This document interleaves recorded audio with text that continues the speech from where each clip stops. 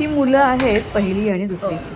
नुकतीच शाळा सुरू झाली, मात्र त्याच्याही अगोदर त्यांनी अनुभवांच्या शाळेत, परिसरात, घरी, दारी अनेक गोष्टी पाहिल्या आहेत आणि आपोआप आत्मसात केल्या. शाळेमध्ये फक्त त्यांना विज्ञान त्याच्या मागचं सांगायचं आहे. म्हणूनच दिवस आणि रात्र होतात कशी, दिवसा काय दिसतं, रात्री काय दिसतं, आकाशात काय, जमिनीवर काय आणि पाण्यात काय, मात्र सगळाच एकत्र केलं तर गोंधळ. म्हणून आकाश आणि जमीन त्याच्यावरच्या गोष्टी मुलांकडून शिकवून घेतल्या. आणि मासा, एक थोडंसं आश्चर्य आणि गंमत आणि खेळायला संधी. हा उडणारा मासा आहे. तो असतो पाण्यात, पण उडणारा मासा भरपूर मुलांनी एन्जॉय केलं. मुलांनी आपली कल्पनाशक्ती वापरली.